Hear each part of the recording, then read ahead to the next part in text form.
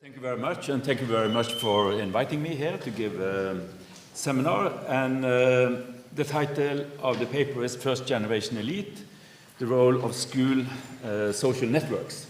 So the focus now, I mean, it has a strong connection in a way to Per's paper. It's not on labor market directly, but it's on networks, and it will be a little bit on the labor markets, the role of the labor market at the end. This is a joint work with Sarah Kata at the IFS in London and Emma Tomini at University of York, no, actually at the University of Manchester, from a month. The question we have in this paper is the following. We know there is a strong intergenerational persistence in education, stronger in education than in income, across different contexts, whether you have a high mobile or low mobile society. For instance, this is documented in overview paper that I have, and also some of Jim Heckman's work using Danish data. In particular, at the top of the education distribution, there is a strong persistence. For instance, in the US, 3% of Harvard students come from the lowest quintile and 70% for the highest quintile. Not as strong in Norway, but still some of the same pattern, where 7% of Norwegian elite graduates comes from the lowest quintile and about 50% from the highest. So you have this, in a way, difference in recruitment to elite education across different society, and it's very persistent. So in a way, there is a non-linearity, so that is sort of the main point here, and I'm looking at the non-linearity at the very top. And we also know that there is very high returns to this elite educations, and I will come back to that.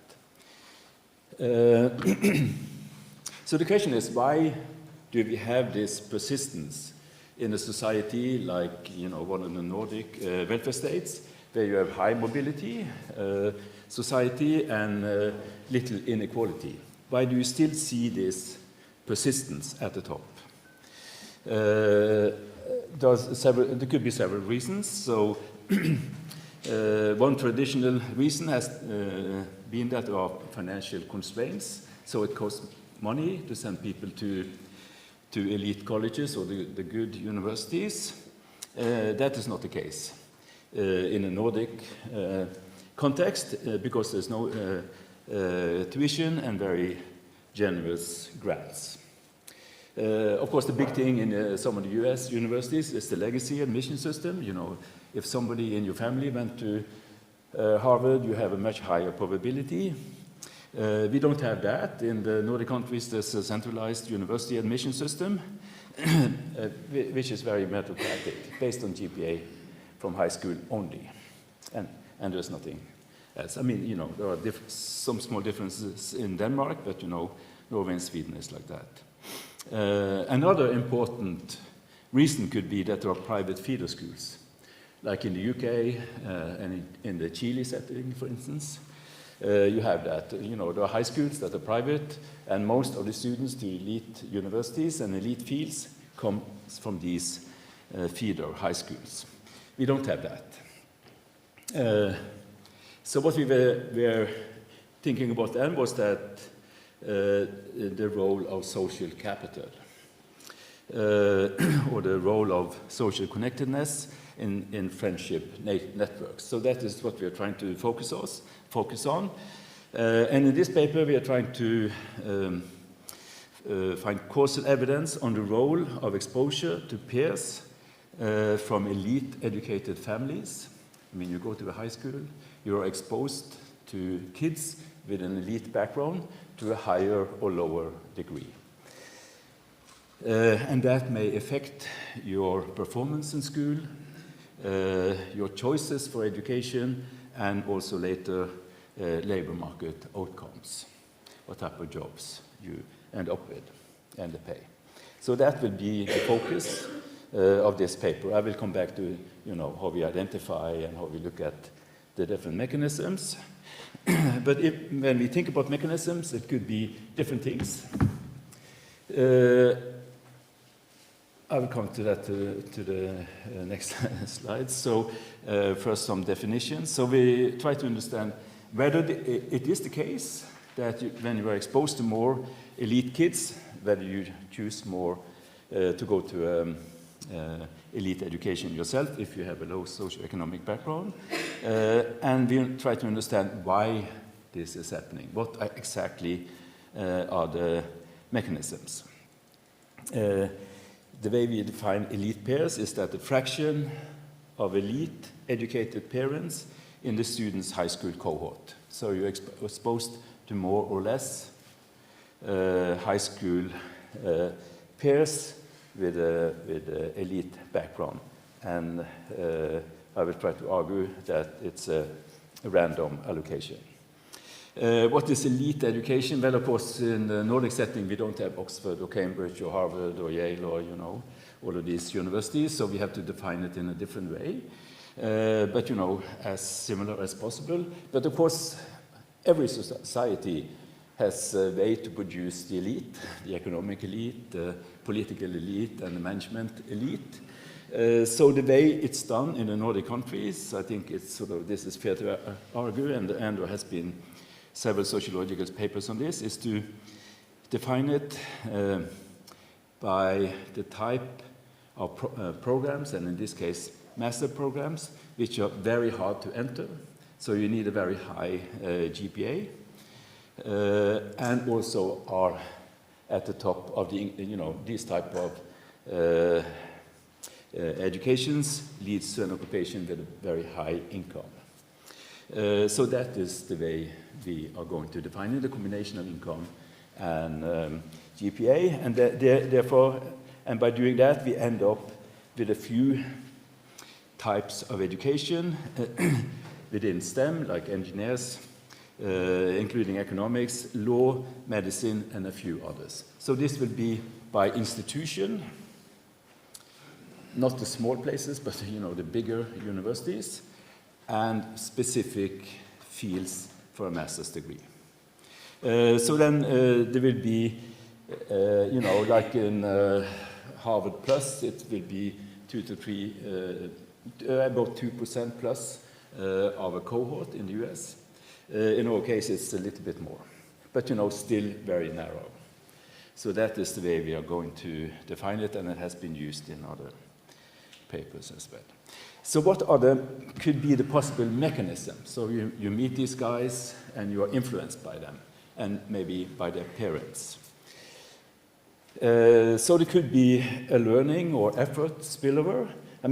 So you come from a low SES background or from a high SES background, and you meet many of these students with parents with this elite education. But so you could, they're clever, so you could learn from them in the sense that, how do you work to get a good grade? So it can positively impact your performance in school. On the other hand, they are very clever, and if the teachers are grading relatively or to the curve, it means that there could be a direct rank effect. Right, so we have to take that into account. In addition, there could be that, when teachers have this combination of high and low ranked student, clever and not clever student, it could be that there is an implicit bias, that they are biasing downwards the low SES kids. So we need to think about that mechanism as well. The other main mechanism could be more like a direct effect on the application, in the sense that there could be role models, there could be information. Well, you learn about these schools. You thought that university is university. It turns out that a university degree is not a university degree, even within the same field.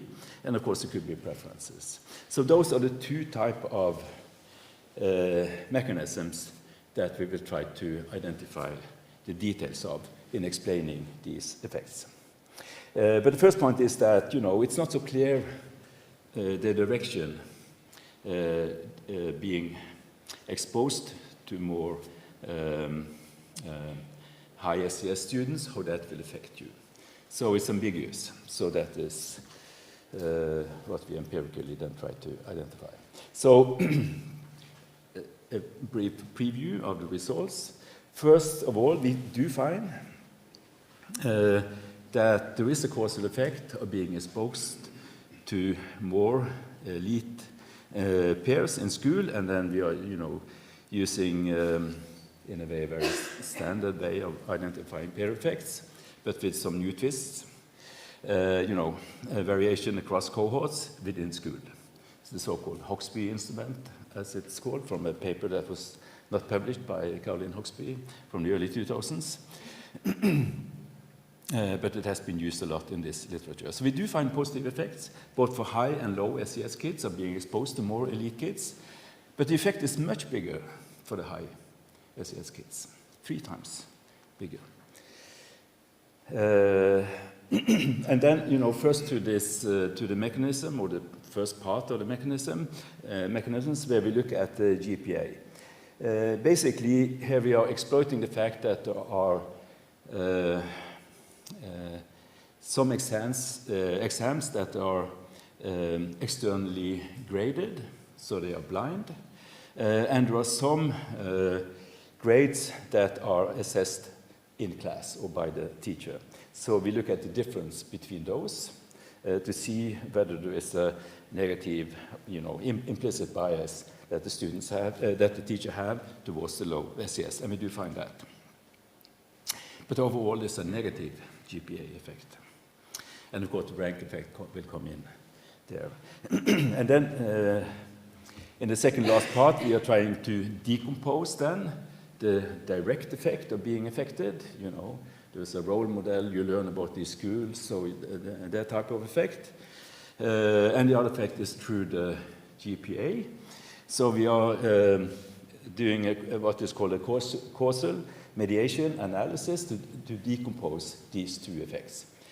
The requirement then is that you need 2 instruments. You need one instrument for the pair effects, the direct effect if you want, and then you need an extra one going through the GPA. And what we are exploiting there is that in the Norwegian system, there is a random allocation to exams in the 2nd and 3rd year of high school, even in middle school. So they randomly choose people. You take the math exam, and you don't take the exam.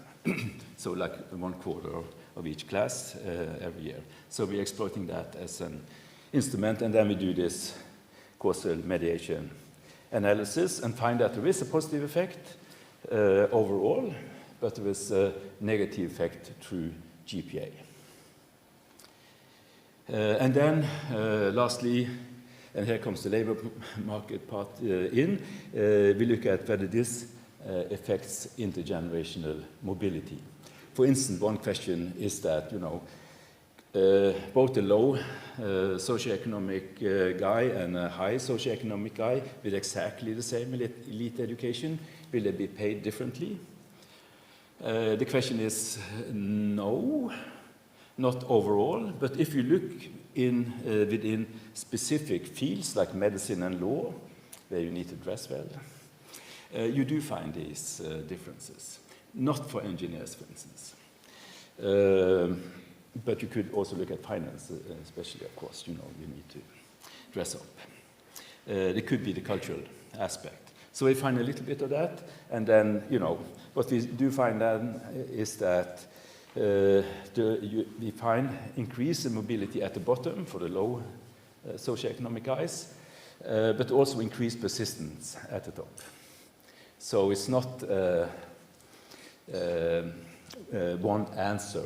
So using sort of like only one rank or elasticity measure won't capture what is going on. So you need to look at the non-linearities all across the education or income distribution of the parents. A little bit on the high school system, very similar to every European system, but in the, what should I say, German Nordic sense, that you have a split in vocational and academic high school, a little bit more vocational than academic, but about 50-50. That's the case both in Norway and Sweden, different for Denmark. Admission is based only for high school on middle school GPA, and it's only that, right? So this is for most of the students, so it's a very meritocratic system, even for high schools in the Nordic setting. So it's not sort of in the area where you live, but within the county you live. In some areas, you have the, you go to the closest school, but for the most part, it's not. And it's a 3-year program, higher education, bachelor, and 5-year, or 5 years, sort of like a combined master's. So we focus on 5-year elite degrees, as I have already mentioned. And students are applying to the university and the field. And it's a centralized system. I'm using Norwegian register data that I'm always, that is what I do. That is my job. So almost, not always, but almost always. And what we're doing here, that we have the population registry, and we know the parents, and we know which schools they're going to, we know which middle school and high school they go to, and we know the grades.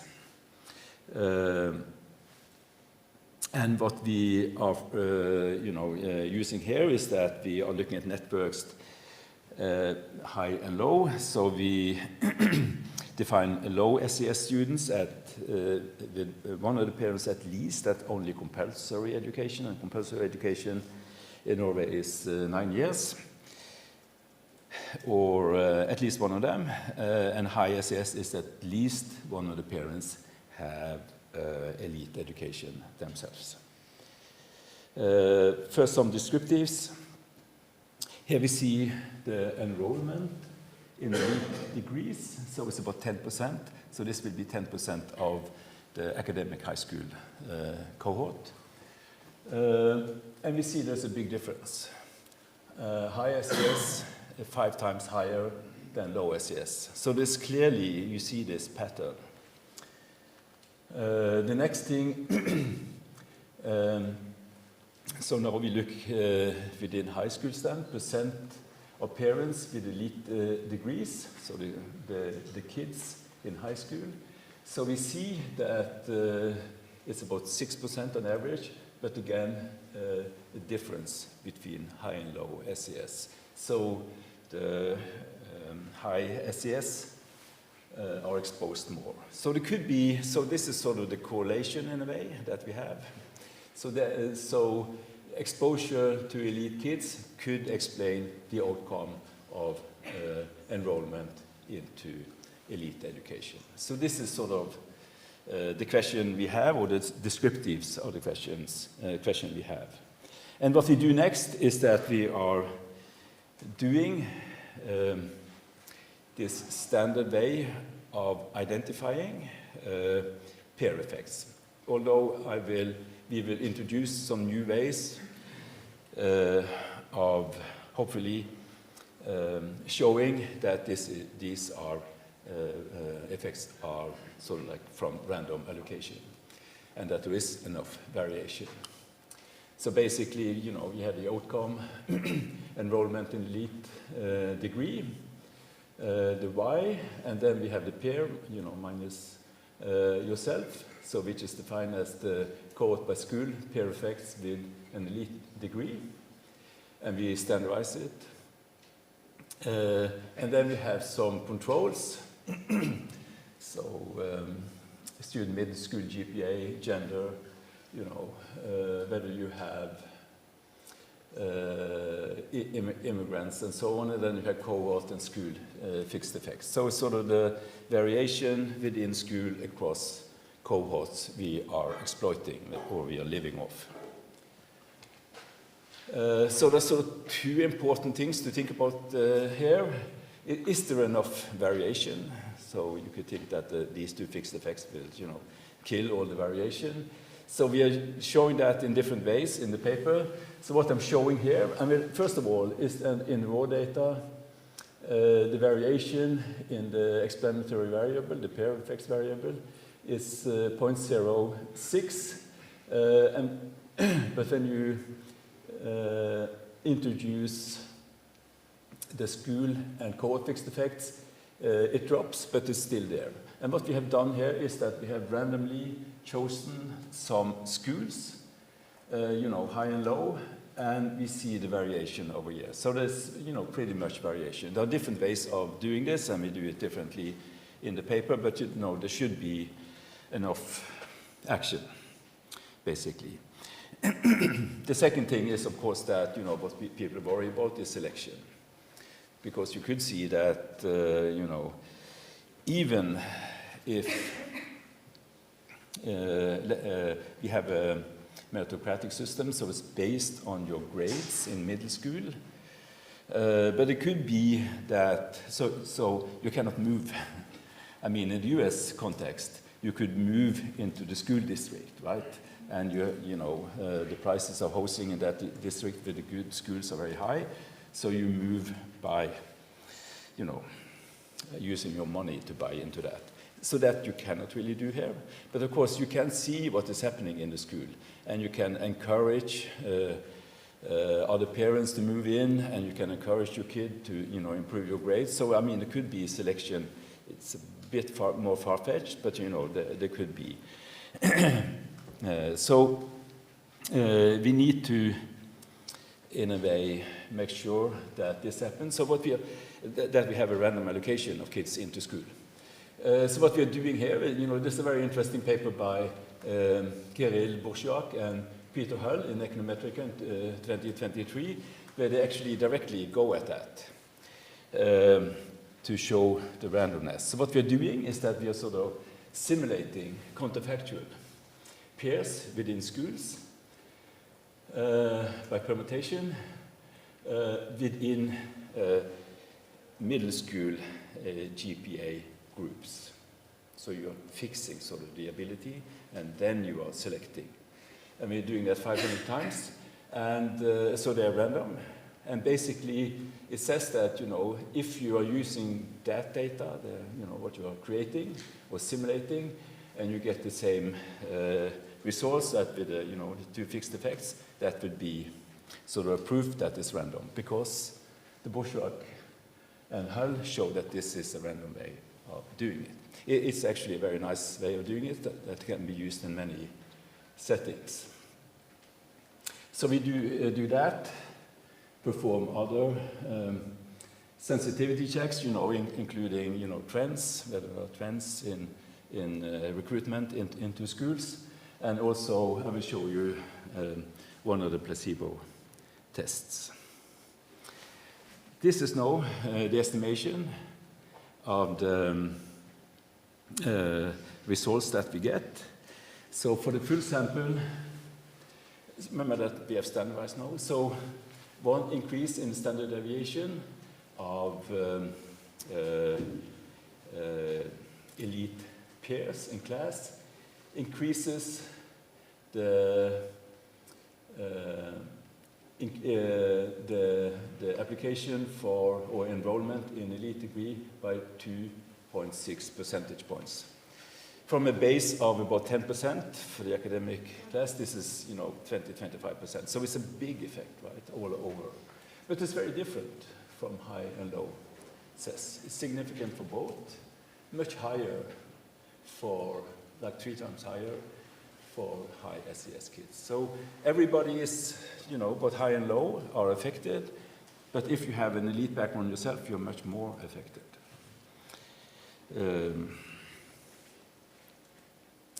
Then we do a lot of, I think I have to maybe speed up, it looks like. So we do a lot of specification checks. I will show briefly the non-linearity effect. So it could be that there are, particularly parts of the distribution that kicks in, but it seems to be very linear. So this is for low and for high. I mean, there's a difference, but it's pretty linear across the distribution you're affected by. So that is, a good thing. The other thing is that it seems to be pretty good common support, at least across most of where the variation is, which is also a very good thing for us. So I think this is quite important. We do a lot of other things, which people tend to do. Taking out Oslo, people think that Oslo is very different. I don't know. Bergen is very different in a good sense, so I don't know. What we did in addition, which is nice to see, is that we are using, this is the exposure year, and this is the, taking kids from the year 1 year before and 2 years before, both for high and low, and the same thing for after, sort of with lags and leads. And you see that they are 0, and the variation we are using, there is action. So I think this is also a good way of showing that, it's really this type of variation we are picking up. Mechanism. So this is sort of the the story that we're trying to tell, There is exposure to elite kids that affects your enrollment in elite education. There is a direct effect, like the effect on information about these schools, etc. It could be even, preferences. You affected your preferences, and then you have the indirect effect, which is via the GPA, how well you perform. So the idea is then to decompose these two effects. First, what we do is that we are looking at the GPA effect directly. I already said that, overall this is negative, so I will show that. But then I will look at blind and non-blind assessment. So then we are estimating basically the same thing, but now we have GPA instead of enrollment in elite on the left-hand side. So we find a negative effect overall. We find a negative effect both for high SES and low SES. I mean, so this is probably the rank effect behind this, and also assessment by the teacher. But there's much bigger negative effect. This is for the whole GPA, consisting of in-school assessment by the teacher and by external exams. And then we look particularly at external written exams, blindly examined by somebody else, and there is a positive effect. And it's very similar, exactly the same for high and low SES. So when the teacher is not involved, there is a positive effect of being exposed to more elite. And it's the same size for both positive and negative. And then we have sort of the teacher assessment, very negative effect for low SES. And we see for the semi-external oral exam means that you have an external examiner and also the teacher is in. And we find something in the middle. So what the way we interpret this is that, since we do find a positive effect for the externally graded exams, we think that one way to interpret that, or a reasonable way to interpret that there is a positive learning or effort channel. But otherwise, there's a negative effect. So what we do here then is to, think about the ranks. So here we rank students using middle school grades, not high school grades. And we do this separately for high and low SES, and we clearly see this. So the negative effect comes from the bottom, right, the rank, and especially for the much bigger rank effect for the low SES kids. And here we have binned the rank into different bins, and we see that the negative effect is the difference between a high and low is even given the GPA, even given the GPA. Okay, now to the mediation analysis. So this is sort of an important part of the paper because it's very hard to do a course in mediation. People usually decompose, but of course, when you decompose, you know, by education, by occupation, it means that you choose education and you choose occupation. So the idea here is that you want to avoid that selection by instrumenting. And as I said, we already have instrumented sort of the direct effect by the, you know, this randomization across cohort within school. And what we do here is that we are using one of the more salient grades, the math grade, whether you are randomly chosen to take that exam or not that exam, and the grade you get. So we have two instruments, and that's what we are doing. So we perform this causal mediation analysis. No, it doesn't work.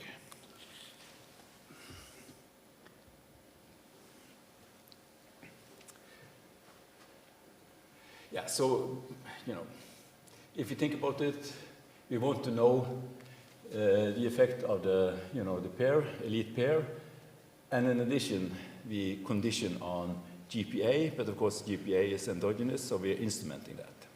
So we are estimating the first stage for the GPA jointly with the second stage, and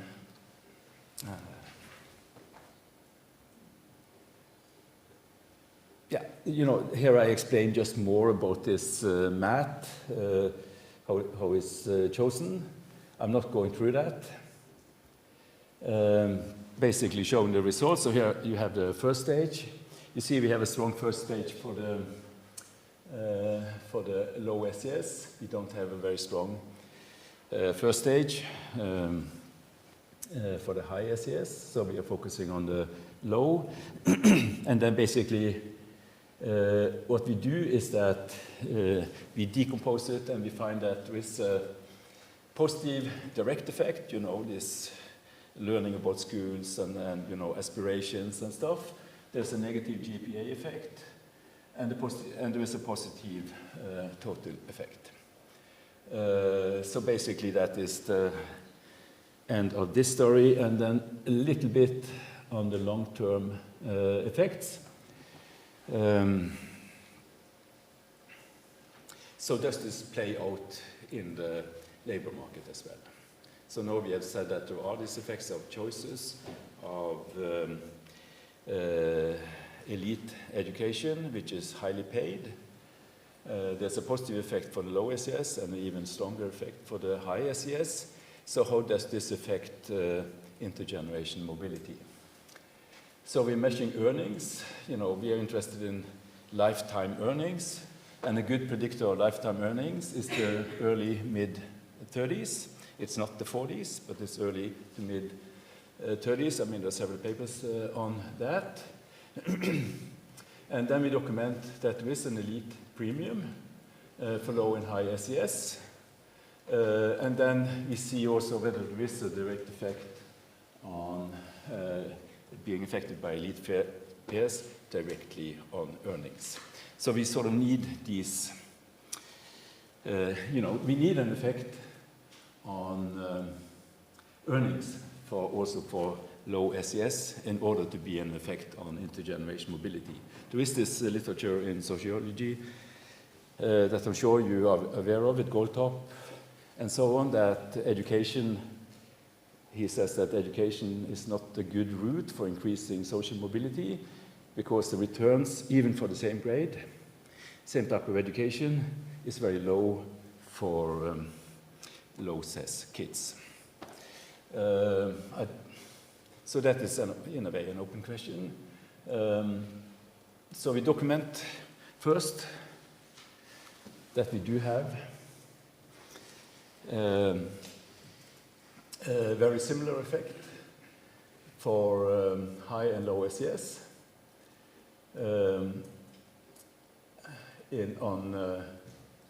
Okay, so this the earnings percentile. So this, there's a difference, higher effect for high SES kids, but it's still there for the low, and there is a positive effect, but much bigger on high earnings for the high SES kids. So it's not clear which way it goes, and then we estimate intergenerational persistence, and what we are comparing the highest line with the lowest line. That would be the high and low exposure along the parental percentile rank, and we see that there is an increase of mobility at the bottom, and we see that there is also something going on at the top for the high exposure compared to the low exposure. So we find effects at both ends. So this is what I did, and basically this is the summary of what we did. So a little bit about policy implication. I mean, it's not so clear what that could be, but one implication could be that you want a mixture of high and low SES in class. And it's not clear whether the meritocratic system helps that. So that is basically it.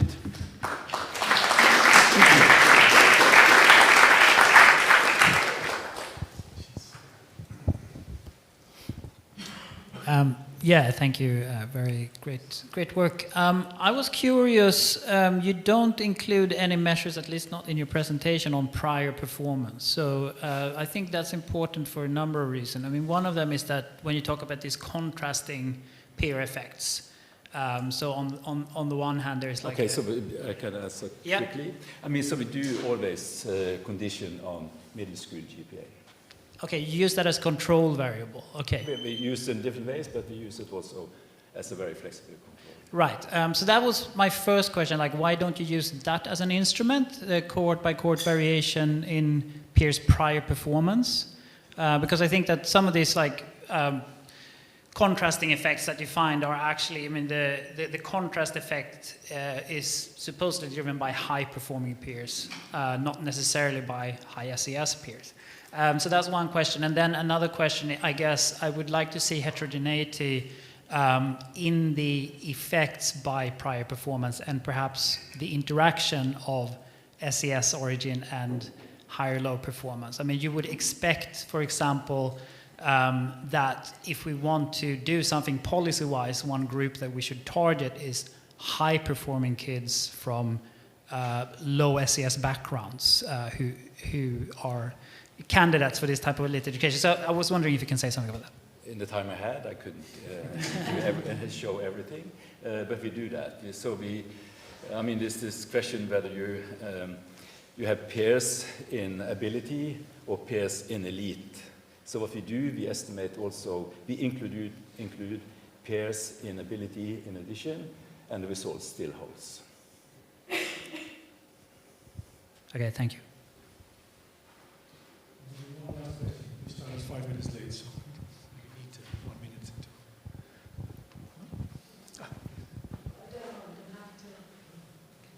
I mean, it was more a clarification question, really.